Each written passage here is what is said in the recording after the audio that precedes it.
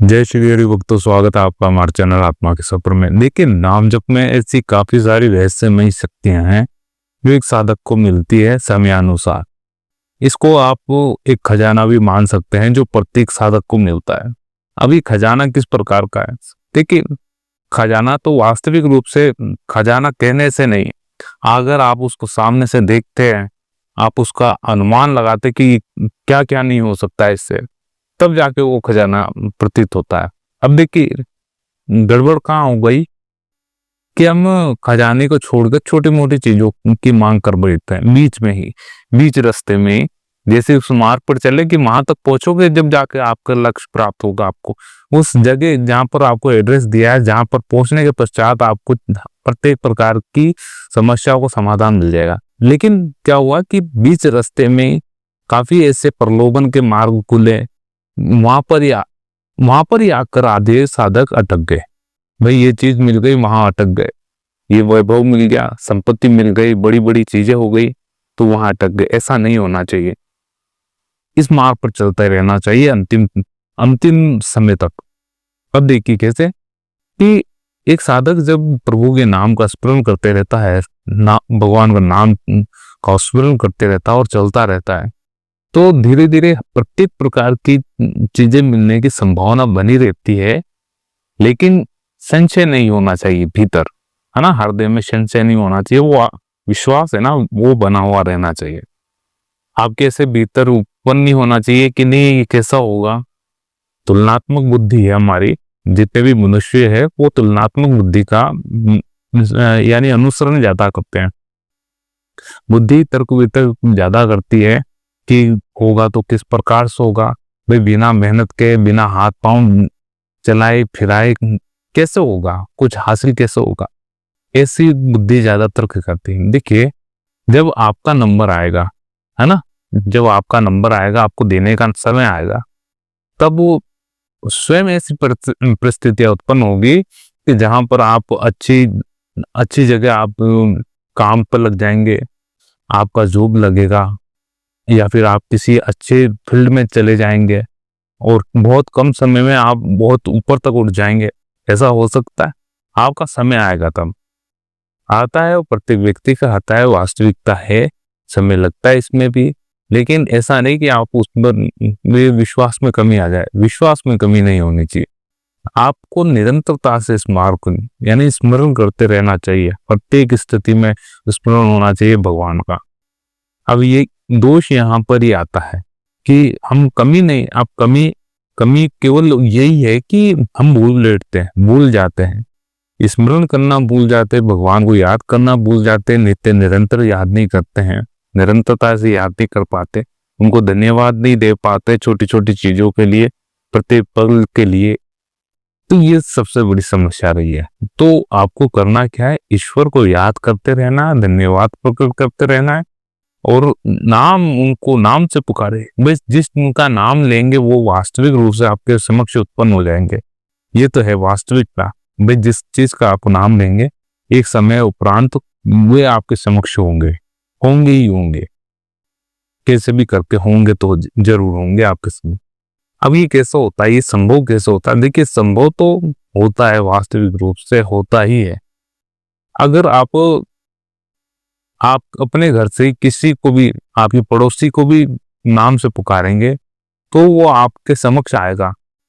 भाई, 2-3 बार आवाज नहीं सुनी, 10 बार आवाज नहीं सुनी, तो आप नाम तो उसी का ही ले रहे हैं, तो वो आपके समक्ष आ जाएगा। नाम का बहुत फर्क पड़ता है। इसलिए इस ईश्वर का नाम, जैसे हमने नारायण को पुकारा, हम नारायण की जगह राम को पुकार रहे हैं, स्वरूप बदलेगा केवल, है ना। वही आकृति बदलेगी। नारायण को पुकारा, 4 हाथ, चारों हाथ में शंख गदा चक्र, है ना, कमलधारी सामने प्रकट हो जाएंगे। भगवान राम को पुकारेंगे तो धनुष और तीर बाण लिए हुए, भगवान राम कृष्ण को पुकारेंगे तो मोर पंख, हाथ में बांसुरी, वो आ जाएंगे सामने। तो इस प्रकार से नाम का फर्क पड़ता ही पड़ता है। अगर जिस चीज को पुकारना चाहिए, जिस चीज को पुकारेंगे, यानी जिस परमात्मा में आपका विश्वास है, भगवान में जिसके स्वरूप में आपका विश्वास है, उस स्वरूप को अगर पुकारेंगे तो आपके समक्ष उत्पन्न होता ही होता है। एक समय के पश्चात वास्तविकता है इसमें। अभी ये कैसे होता है, आप देखिए संतों के आप अनुभव पढ़े, संतों को आप पढ़े, जितना हो सके उनके अनुभव पढ़े, वो क्या जानते हैं और क्या चीज आपको कहना चाह रहे हैं, और किस चीज जो वो इशारे करते हैं उनको इशारों को समझे आप, बिल्कुल सरलता से समझने की कोशिश करें कि वो बताना क्या चाह रहे हैं। जिस चीज में उन्होंने 60 70 80 वर्ष निकाल दिए वो आपको बिल्कुल निसंकोच हुए आपके सम्मुख बता रहे ये इस प्रकार से होगी, इसको इस प्रकार से करना है, वो हकीकत में हो जाएगा कुछ समय पश्चात। यानी उन्होंने क्या किया, उनकी सालों की मेहनत आपको यूं ही दे दिया, बिल्कुल ऐसे ही बांट दिया आपको। तो अब कमी कहाँ पर होती है, कमी केवल स्वयं में होती है ना, कि हम उस चीज को बराबर से अभ्यास नहीं कर पा रहे, निरंतरता में नहीं ला पा रहे। अब तो करना क्या है, करना यही है कि आपको उचित रूप से बैठकर या फिर नित्य निरंतर जो भी काम करते हुए प्रभु का स्मरण करते रहना है, तब जाकर ये मामला बिल्कुल फिट बैठेगा आपके भीतर। समस्त प्रकार की चीजें मिलती है, धन संपदा वैभव मिलता है शुरुआती रूप से, जितना आप लगातार उस पर वही घर्षण करते जाएंगे ना, आप पर घर्षण करते रहे, बोलते रहे, जबान को घुसते रहे, घसते रहे, धीरे धीरे अपना आप सब बिल्कुल एकदम सही होने लगे।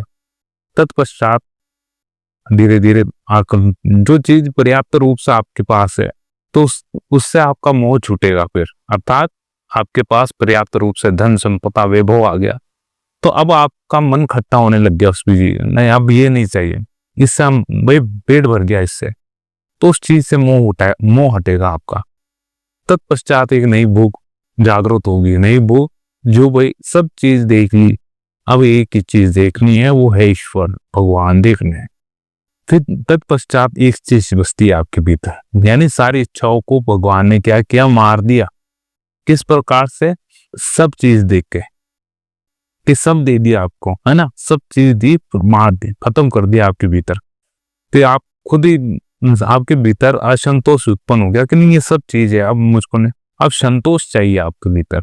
संतोष कब आता है, जब आप एक चीज पर अटकते हैं, केवल और केवल एक, दो ईश्वर के नाम पर, नित्य वहां पर, तब देखना आप, तब आपके भीतर संतोष आएगा समक्ष।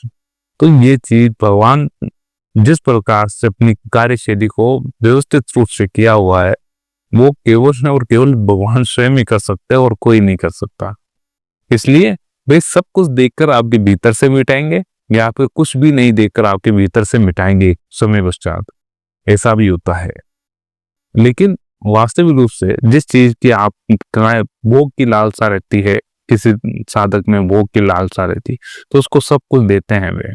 भाई ऐसी परिस्थिति नहीं होती है कि वो चाहता है कि ये चीज आए, ये चीज आते हुए सब कार्य करते हुए उस मार्ग पर आगे बढ़े। तो ये सब चीजें मिलने के पश्चात आप धीरे धीरे मार्ग पर चलते रहेंगे।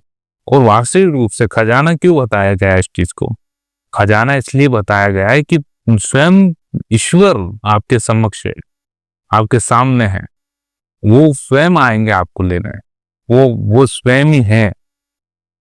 लेकिन आपको छोटी मोटी चीजों पर ध्यान नहीं देना है। यहाँ पर छोटी नहीं, ये चीज हमको संसार की वस्तु चाहिए, संसार की वस्तु चाहिए।